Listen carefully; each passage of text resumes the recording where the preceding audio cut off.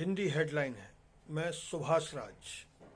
अपनी भारत जोड़ो यात्रा के दौरान कांग्रेस नेता राहुल गांधी करीब 13 बार प्रधानमंत्री नरेंद्र मोदी पर चीनी सीमा पर कमजोरी दिखाने के आरोप जड़ चुके हैं। वे बारंबार कह रहे हैं कि नरेंद्र मोदी की वजह से चीनी सेना हमारे जवानों को पीट रही है।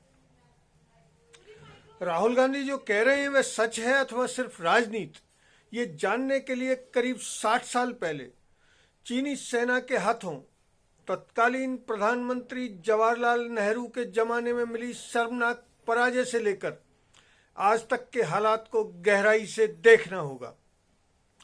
असल में 1962 में चीनी सेना के हाथों करारी पराजय झेल चुके भारत की सेना ने पिछले 3 साल में लाइन ऑफ एक्चुअल कंट्रोल पर लाल सेना को करारा जवाब दिया है।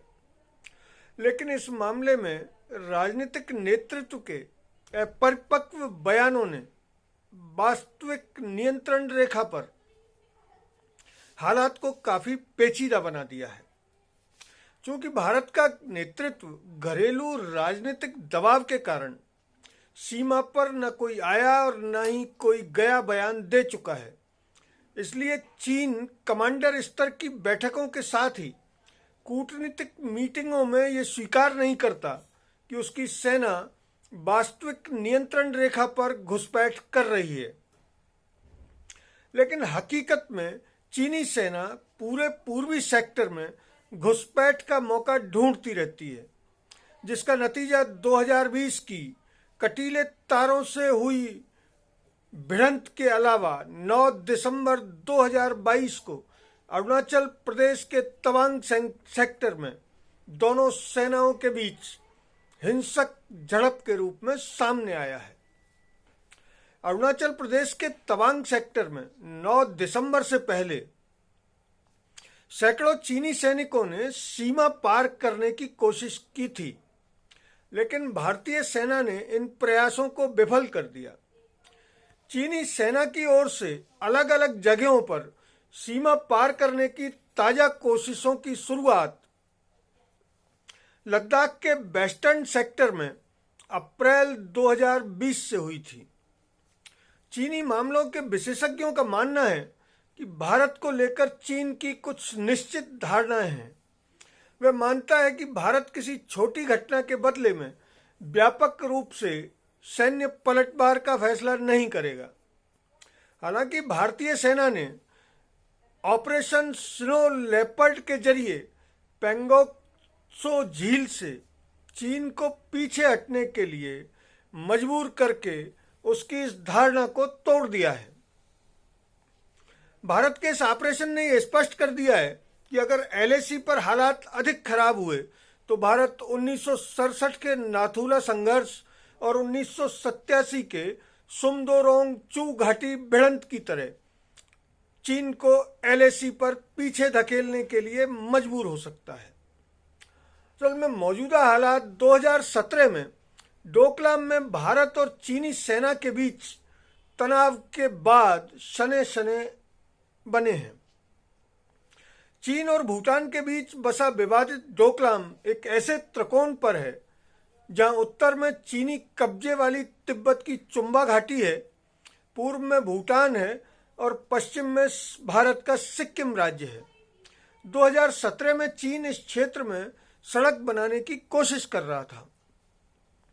भारत ने इस कोशिश को नाकाम कर दिया क्योंकि इस सड़क का सीधा असर भारत के उस इलाके पर पड़ता जिसे चिकन नेक के नाम से जाना जाता है। ये चिकन नेक उत्तर पूर्वी राज्यों को एक दूसरे से जोड़ता है और इसकी चौड़ाई लगभग 48 किलोमीटर है। ये भारत की पूर्वी सीमा का रक्षा कवच भी है। सेना की अंदरूनी रिपोर्ट्स के अनुसार 2011 से लेकर साल 2018 के दौरान चीनी सेना ने हर साल 200 से 460 बार घुसपैठ की कोशिश की थी। 2019 में ये संख्या 663 बार में बदल गई। चीनी सेना की घुसपैठ कोशिशों में लगातार बढ़ोतरी से चौकन्ने हुए भारत ने 73 सड़कों की पहचान करके India China border roads project बनाया और उन पर तेजी से काम कर रहा है। भारत की ये तेजी ही चीन को रास नहीं आ रही है और इसीलिए वह आए दिन भारतीय सेना की बाह मरोड़ने की कोशिश करता रहता है।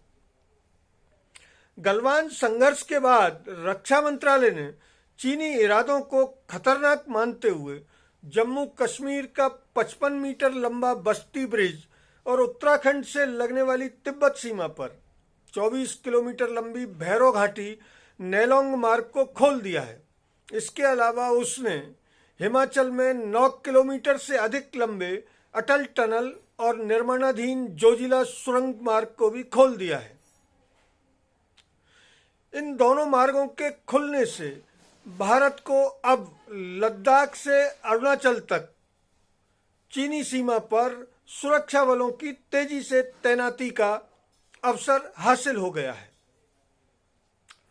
इस बीच अरुणाचल के तवांग सेक्टर में गत 9 दिसंबर को दोनों सेनाओं के बीच फिर एक बार कटीले तारों वाले हथियारों के साथ झड़प हुई, जिसमें करीब 35 भारतीय सैनिक घायल हुए हैं। इन घायलों में 7 की हालत गंभीर है और वे गुवाहाटी के सैनिक अस्पताल में इलाज ले रहे हैं। तवांग सेक्टर में चीनी घुसपैठ से ये सवाल उठ रहा है कि चीन ने ये क्यों किया और इसके जरिए वो क्या हासिल करना चाहता है। चीनी सीमा पर लगातार झड़पों के जो कारण बताए जा रहे हैं, उनमें कश्मीर को विशेष राज्य का दर्जा देने वाले अनुच्छेद 370 को खत्म किया जाना भी शामिल है। चीनी मामलों के जानकारों का कहना है कि धारा 370 समाप्त करने के भारत के फैसले को चीन ने अक्साई चिन पर कब्जे की भारत की पुरानी आकांक्षा को नई दिशा देने की कवायद माना है। देखा जाए तो वास्तविक नियंत्रण रेखा पर चीनी सेना का सामना कर रहे भारत की स्थिति बहुत पेचीदा है। भारत चीन और पाकिस्तान का सामना करने के साथ ही कश्मीर में आतंकवाद से भी जूझना पड़ता है, क्योंकि चीन पाकिस्तान को हर मामले में सैन्य और आर्थिक मदद करता है और उसे अपने नौसैनिक अड्डे, पोर्ट और अरब सागर तक रास्ता देता है। ऐसे में जब कभी वास्तविक युद्ध होगा तो भारत को हिंद महासागर से लेकर अरब सागर तक चीनी सेना का सामना करना पड़ सकता है। इसलिए सामरिक विशेषज्ञ मानते हैं कि मोदी सरकार को घरेलू राजनीतिक जरूरत को देखते हुए आत्मश्लाघा से बचना चाहिए। उसे यह भी याद रखना चाहिए कि चीन पाकिस्तान नहीं है, बल्कि अंतर महाद्वीपीय शक्ति है और सिर्फ अमेरिकी भरोसे पर उसका सामना करना संभव नहीं है। इसके लिए भारत को अपनी सामरिक शक्ति बढ़ानी ही होगी। अगर आपको ये वीडियो पसंद आया तो इसे लाइक करें, सब्सक्राइब करें और शेयर भी करें। धन्यवाद। जय हिंद।